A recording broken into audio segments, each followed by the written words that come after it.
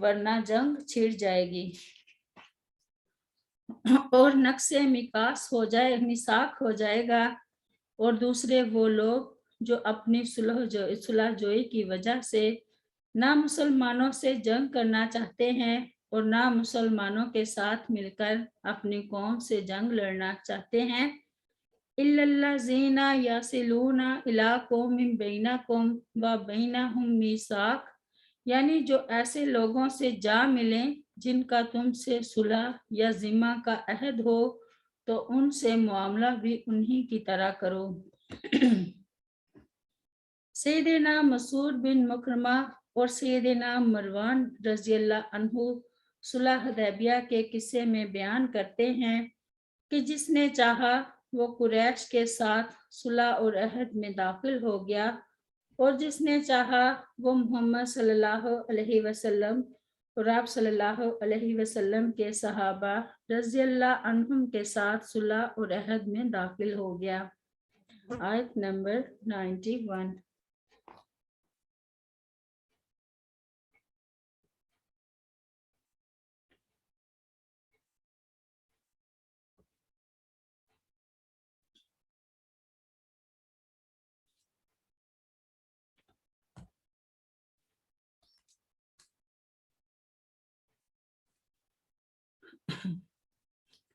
ساتجدون ان قریب تم پاؤ گے آخرین کچھ اور لوگوں کو یریدون جو چاہتے ہیں ان یامنوکم کہ وہ امن میں رہیں تم سے، وَيَأْمَنُوا اور امن میں رہیں قومہم اپنی قوم سے بھی، کلما جب بھی ردو وہ لٹائے جاتے ہیں، الفتناتی فتنے کی طرف، ارکسو تو الٹا دیے جاتے ہیں، فیہا اس میں، فَإِن پھر اگر لم یعتزلوکم نہ وہ کنارہ کش رہیں تم سے، وَیُلْقُوا اور نہ پیش کریں الیکم السلام تمہاری طرف صلح، وَیَکُفُّوا اور نہ روکیں تم سے ایدیہم اپنے ہاتھ، فَخُذُوہم تو تم پکڑو ان کو، وَاقْتُلُوہم اور قتل کر دو ان کو، حیثو جہاں کہیں بھی ثقفتموہم تم پاؤ ان کو، وَأُولَئِکُمْ اور یہی لوگ ہیں جعلنا کہ ہم نے بنایا، لَکُمْ تمہارے لیے، علیہم ان پر، سلطان مبینہ غلبہ مبینہ ظاہر۔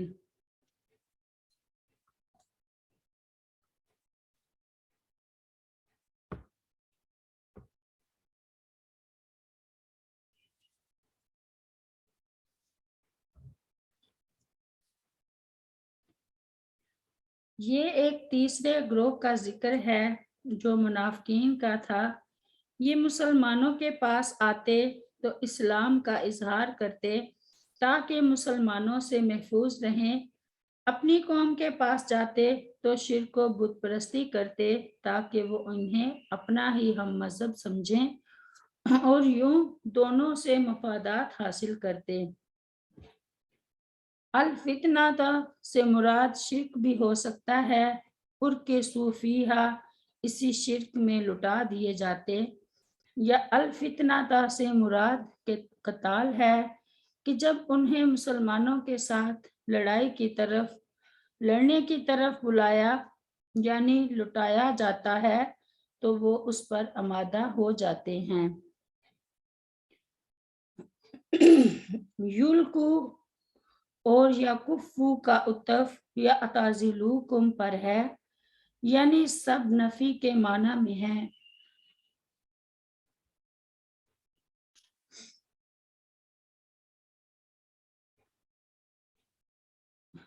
سب میں لام میم لگے گا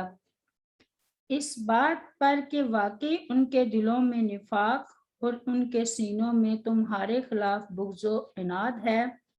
تب ہی تو وہ بادنا کوشش دوبارہ فتنے، شرک یا تمہارے خلاف آمادہ قتال ہونے میں مبتلا ہو گئے۔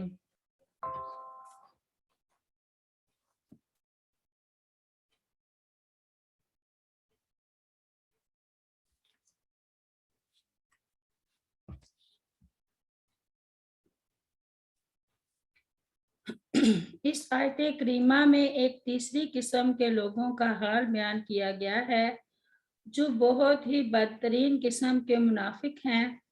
جو ڈھنڈورا تو اپنی امن پسندی کا پیٹیں، لیکن جب داؤ لگ جائے تو اسلام دشمنی میں کوئی کسر اٹھا نہ رکھیں۔ ان کی امن پسندی کی 3 ہی صورتیں ممکن ہیں۔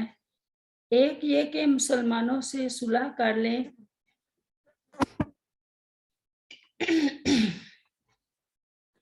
دوسرے یہ کہ لشکر کفار میں شامل نہ ہوں، اور تیسرے یہ کہ اگر انہیں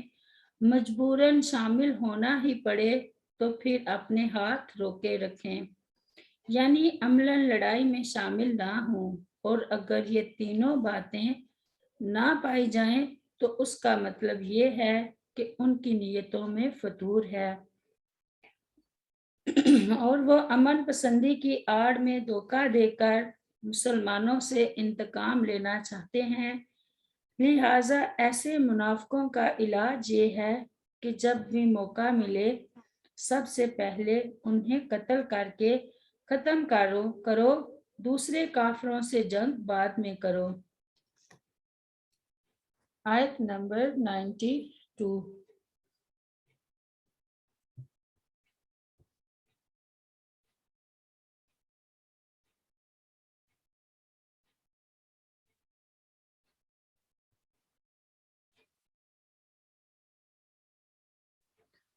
وما کانا، اور نہیں ہے لائق لمؤمنین کسی مومن کے،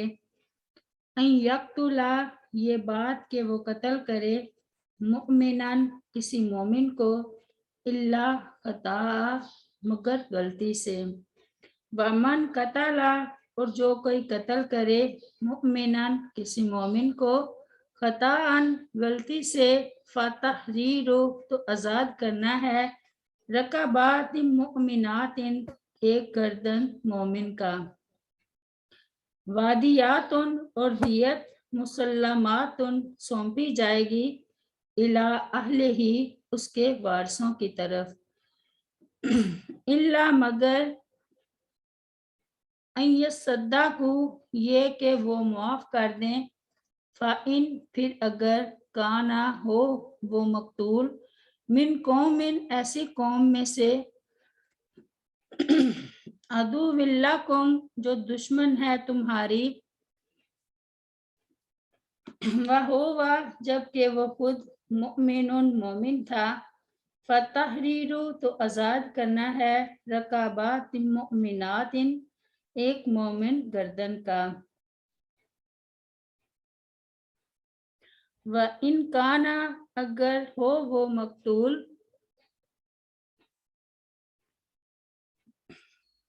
من قوم بینکم ایسی قوم سے کہ تمہارے درمیان، و بینہم ان کے درمیان، میثاق عہد ہے، فادیات تو دیت مسلمات سونپی جائے گی، الی اہلہ اس کے وارثوں کی طرف، و تحریر اور آزاد کرنا ہے، رکبات مؤمنات ایک مومن گردن کا، فمن پھر جو شخص لم یاجد نہ پائے غلام،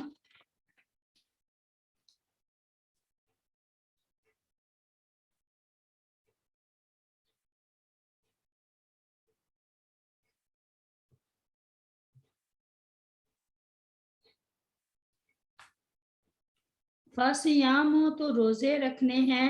شہرین 2 مہینے، متتابعین لگاتار، توباتن یہ کفارہ توبہ کا قبول کرنا ہے، من اللہ اللہ تعالیٰ کی طرف سے، وکان اللہ اور ہے اللہ تعالیٰ، علیمن خوب جاننے والا، حکیمہ خوب حکمت والا۔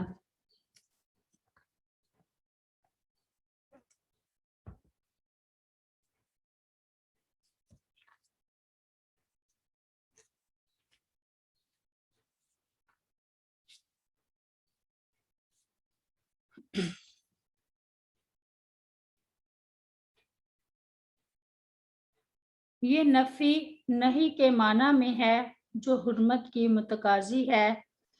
یعنی ایک مومن کا دوسرے مومن کو قتل کرنا ممنوع اور حرام ہے، جیسے وَمَا كَانَ لَكُمْ أَن تُوَدُّوا أَن تُؤْذُوا رَسُولَ اللَّهِ سورۃ الاحزاب میں تمہارے یہ لائق نہیں ہے کہ تم اللہ کے رسول صلی اللہ علیہ وسلم کو ایذا دو، یعنی حرام ہے۔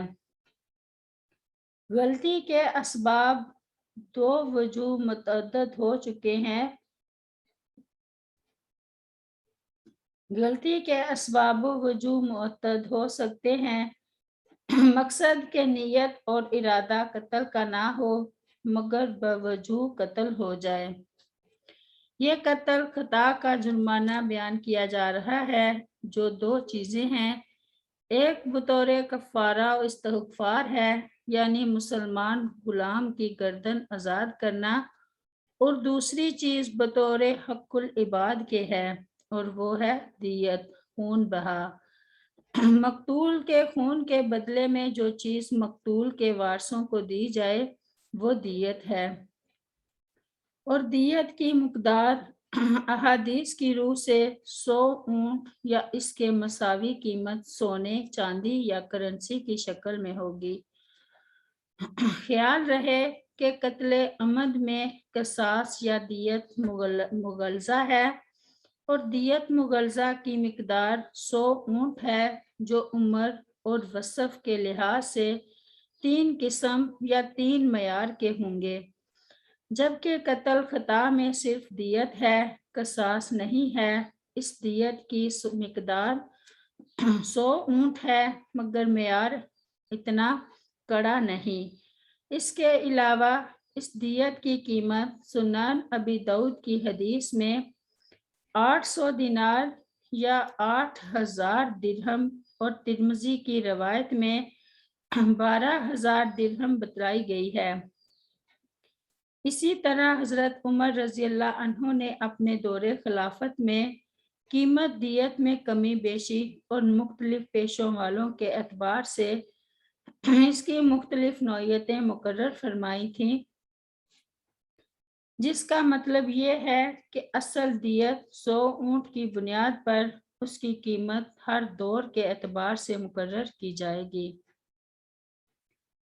معاف کر دینے کو صدقہ سے تعبیر کرنے سے مقصد معافی کی ترغیب دینا ہے، یعنی اس صورت میں دیت نہیں ہوگی۔ اس کی وجہ بعض نے یہ بیان کی ہے کہ کیونکہ اس کے وارث حربی کافر ہیں، اس لیے وہ مسلمان کی دیت لینے کے حقدار نہیں۔ بعض نے یہ وجہ بیان کی کہ اس مسلمان نے اسلام قبول کرنے کے بعد چونکہ ہجرت نہیں کی، جبکہ ہجرت کی اس وقت بڑی تاکید تھی، اس کوتاہی کی وجہ سے اس کے خون کی حرمت کم ہے۔ یہ ایک تیسری صورت ہے، اس میں بھی وہی کفارہ اور دیت ہے جو پہلی صورت میں ہے۔ بعض نے کہا ہے کہ اگر مقتول معاہد ذمہ ہو تو اس کی دیت مسلمان کی دیت سے نصف ہوگی، کیونکہ حدیث میں کافر کی دیت مسلمان کی دیت سے نصف بیان کی گئی ہے، لیکن زیادہ صحیح بات یہی معلوم ہوتی ہے کہ اس تیسری صورت میں بھی مقتول مسلمان ہی کا حکم بیان کیا جا رہا ہے۔ یعنی اگر گردن آزاد کرنے کی استطاعت نہ ہو تو پہلی صورت اور آخری صورت میں دیت کے ساتھ مسلسل لگاتار بغیر ناگے کے 2 مہینے روزے رکھے۔ اگر درمیان میں ناگا ہو گیا تو نئے سرے سے روزے رکھنے ضروری ہوں گے، البتہ عذر شرعی کی وجہ سے ناگا ہونے کی صورت میں نئے سرے سے روزے رکھنے کی ضرورت نہیں ہے، جیسے حیض و نفاس یا شدید بیماری یا روزہ رکھنے میں مانع ہو، سفر کے عذر شرعی ہونے میں اختلاف ہے۔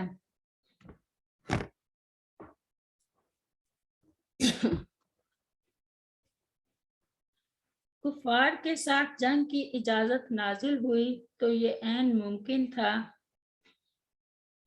کہ کسی شخص کو کافر حربی جس سے جنگ ہو رہی ہو سمجھ کر مسلمان قتل کر دیں اور بعد میں معلوم ہو کہ وہ مسلمان تھا۔ اس لیے اس آیت میں قتل خطا کے احکام بیان ہوئے ہیں۔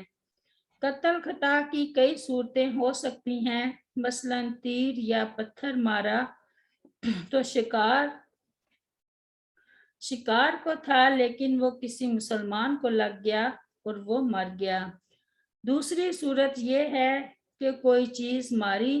تو عمدن ہی تھی مگر مارنے والے کو ہرگز یہ گمان نہ تھا کہ وہ اس ہلکی سی ضرب سے مر ہی جائے گا۔ تیسری یہ کہ لڑائی وغیرہ یا کسی ہنگامے میں کسی مسلمان کو غلطی سے کافر سمجھ کر مار ڈالے، جیسا کہ غزوہ احد میں مسلمانوں نے بدحواسی کے عالم میں سیدنا حذیفہ بن یمان رضی اللہ عنہ کے والد کو کافر سمجھ کر شہید کر ڈالا تھا۔ اور چوتھی صورت جو آج کل بہت عام ہے کہ کوئی ٹریفک کے حادثہ میں کسی گاڑی کے نیچے آ کر یا اس کی ضرب سے مارا جائے۔ قتل خطا کے احکام اور اس کے کفارہ کی صورتیں یہ ہیں کہ اگر مقتول کے وارث مسلمان ہیں تو ایک غلام مومن خواہ مرد ہو یا عورت آزاد کرنا ہوگا، اور مقتول کے وارثوں کو خون بہا بھی ادا کرنا ہوگا۔ خون بہایا دیت 100 اونٹ یا ان کی قیمت کے برابر رقم ہے جو قاتل کے وارث مقتول کے وارثوں کو ادا کریں گے، اور اگر قاتل کو آزاد کرنے کے لیے غلام میسر نہ آئے تو وہ متواتر 2 ماہ کے روزے بھی رکھے۔ دوسری صورت یہ ہے کہ اگر مقتول مومن ہو مگر دشمن قوم سے تعلق رکھتا ہو تو اس کا کفارہ صرف ایک مسلمان غلام آزاد کرنا ہے، اور اگر میسر نہ آئے تو 2 ماہ کے متواتر روزے ہیں اور اس کی دیت نہیں ہوگی۔ تیسری صورت یہ ہے کہ اگر مومن مقتول کا تعلق کسی موحد قوم سے ہے تو اس کے وہی احکام ہیں جو پہلی صورت کے ہیں۔ وَمَا كَانَ لِمُؤْمِنٍ أَن يَقْتُلَ مُؤْمِنًا، یعنی کسی مومن کا کام یہ نہیں ہے کہ کسی مومن کو قصداً قتل کر دے۔ مومن کو قتل کرنا بہت بڑا گناہ ہے۔ سیدنا عبداللہ بن عمر رضی اللہ عنہ بیان کرتے ہیں کہ رسول کریم صلی اللہ علیہ وسلم نے فرمایا، بے شک اللہ تبارک و تعالیٰ نے تم پر ایک مسلمان کے خون، مال اور آبرو ناحق اسی طرح حرام کر دی ہیں جس طرح اس دن یوم نحر کی حرمت تمہارے لیے اس مہینہ ذوالحجہ اور اس شہر مکہ میں ہے۔ سیدنا عبداللہ بن عباس رضی اللہ عنہ بیان کرتے ہیں کہ رسول کریم صلی اللہ علیہ وسلم نے فرمایا، کوئی بندہ جب زنا کرتا ہے تو اس حالت میں وہ مومن نہیں ہوتا، کوئی بندہ جب چوری کرتا ہے تو اس حالت میں وہ مومن نہیں ہوتا، اور کوئی بندہ جب شراب پیتا ہے تو اس حالت میں وہ مومن نہیں ہوتا، اور نہ کوئی شخص ناحق قتل کرتا ہے اس حال میں کہ وہ مومن ہو، الا قطعاً، یعنی کسی حالت میں مسلمان کو قتل کرنا جائز نہیں ہے، لیکن اگر غلطی سے مارا جائے تو قاتل پر کفارہ ہے۔ سیدنا عبداللہ بن مسعود رضی اللہ عنہ بیان کرتے ہیں کہ رسول کریم صلی اللہ علیہ وسلم نے فرمایا، کسی مسلمان آدمی کا خون جو یہ گواہی دیتا ہو کہ اللہ تعالیٰ کے سوا کوئی معبود نہیں اور میں اللہ تعالیٰ کا رسول ہوں، 3 میں سے کسی ایک صورت کے سوا حلال نہیں ہے۔ نمبر 1، جان کے بدلے میں جان، شادی شدہ بدکار، اور نمبر 3، اسلام کو چھوڑنے والا مرتد، جماعت سے علیحدگی اختیار کرنے والا۔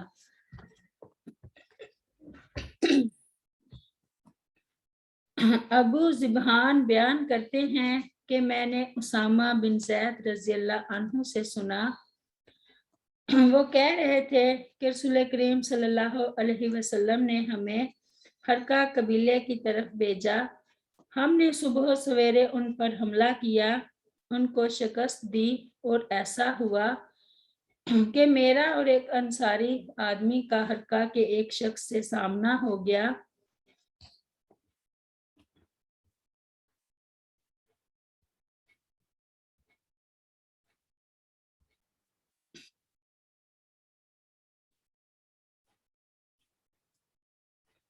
جب ہم نے اس کو گھیر لیا تو وہ لا الہ الا اللہ کہنے لگا۔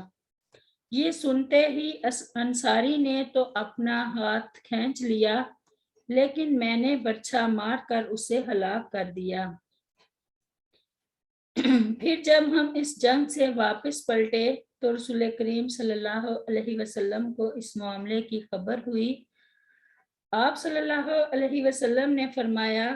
اسامہ تو نے یہ کیا کیا کہ لا الہ الا اللہ کہنے کے بعد اس کو مار ڈالا۔ میں نے عرض کی، یا رسول اللہ صلی اللہ علیہ وسلم، اس نے تو اپنے بچاؤ کے لیے یہ کہا تھا، لیکن آپ صلی اللہ علیہ وسلم بار بار وہی فرما رہے تھے، حتیٰ کہ میں نے یہ آرزو کی کہ کاش میں اس دن سے پہلے مسلمان نہ ہوا ہوتا۔ وَمَنْ قَتَلَ مُؤْمِنًا خَطَأً فَتَحْرِيرُ رَقَبَاتٍ مُؤْمِنَاتٍ وَدِيَةٌ مُسَلَّمَاتٌ إِلَىٰ أَهْلِهِ، یعنی جب اس طرح کی کوئی مسلمان غلطی سے مارا جائے تو اس کے دو حکم ہیں، ایک کفارہ اور دوسرے دیت خون بہا۔ کفارہ تو یہ ہے کہ مسلمان غلام مرد ہو یا عورت آزاد کرے، اور اس کی طاقت نہ ہو تو 2 ماہ کے مسلسل روزے رکھے اور اس کے وارثوں کو دیت ادا کرے۔ معاویہ بن حکم رضی اللہ عنہ بیان کرتے ہیں کہ میری ایک لونڈی تھی جو احد اور جوانیہ ایک مقام کا نام ہے کی طرف بکریاں چرایا کرتی تھی۔ ایک دن میں جو وہاں آ نکلا تو دیکھا کہ بھیڑیا ایک بکری کو لے گیا ہے۔ آخر میں بھی آدمی ہوں، مجھے غصہ آ گیا جیسے دوسروں کو غصہ آتا ہے، سو میں نے اس کو ایک تماچا جھڑ دیا۔ پھر جب میں رسول کریم صلی اللہ علیہ وسلم کے پاس آیا تو رسول کریم صلی اللہ علیہ وسلم نے میرا یہ فعل بہت برا قرار دیا۔ میں نے کہا، اے اللہ کے رسول صلی اللہ علیہ وسلم، کیا میں اس لونڈی کو آزاد نہ کر دوں؟ آپ صلی اللہ علیہ وسلم نے فرمایا، اس کو میرے پاس لے آ۔ چنانچہ میں آپ کے پاس لے آیا۔ آپ صلی اللہ علیہ وسلم نے اس سے پوچھا، اللہ کہاں ہے؟ اس نے کہا، آسمان پر۔ آپ صلی اللہ علیہ وسلم نے فرمایا، میں کون ہوں؟ اس نے کہا، آپ اللہ تعالیٰ کے رسول ہیں۔ تب آپ صلی اللہ علیہ وسلم نے فرمایا، تو اس کو آزاد کر دے، یہ مومنہ ہے۔ فادیات مسلمات الی اہلہ، سیدنا ابو ہریرہ رضی اللہ عنہ بیان کرتے ہیں کہ خاندان حذیل کی 2 عورتیں لڑ پڑی تو ایک نے دوسری کو پتھر مار کر اسے اور اس کے پیٹ کے بچے کو قتل کر دیا۔ رسول کریم کی صلی اللہ علیہ وسلم کی خدمت میں یہ جھگڑا پیش ہوا، چنانچہ آپ صلی اللہ علیہ وسلم نے فیصلہ فرمایا کہ پیٹ کے بچے کا خون بہا ایک غلام یا لونڈی دینا ہوگی، اور عورت کے خون بہا کو قاتل عورت کے عاقلہ عورت کے باپ کی طرف سے رشتہ دار یعنی عصبہ کے ذمہ واجب قرار دیا۔ سبحان ربک رب العزت عما یصفون وسلام علی المرسلین والحمد للہ رب العالمین۔ السلام علیکم ورحمۃ اللہ وبرکاتہ۔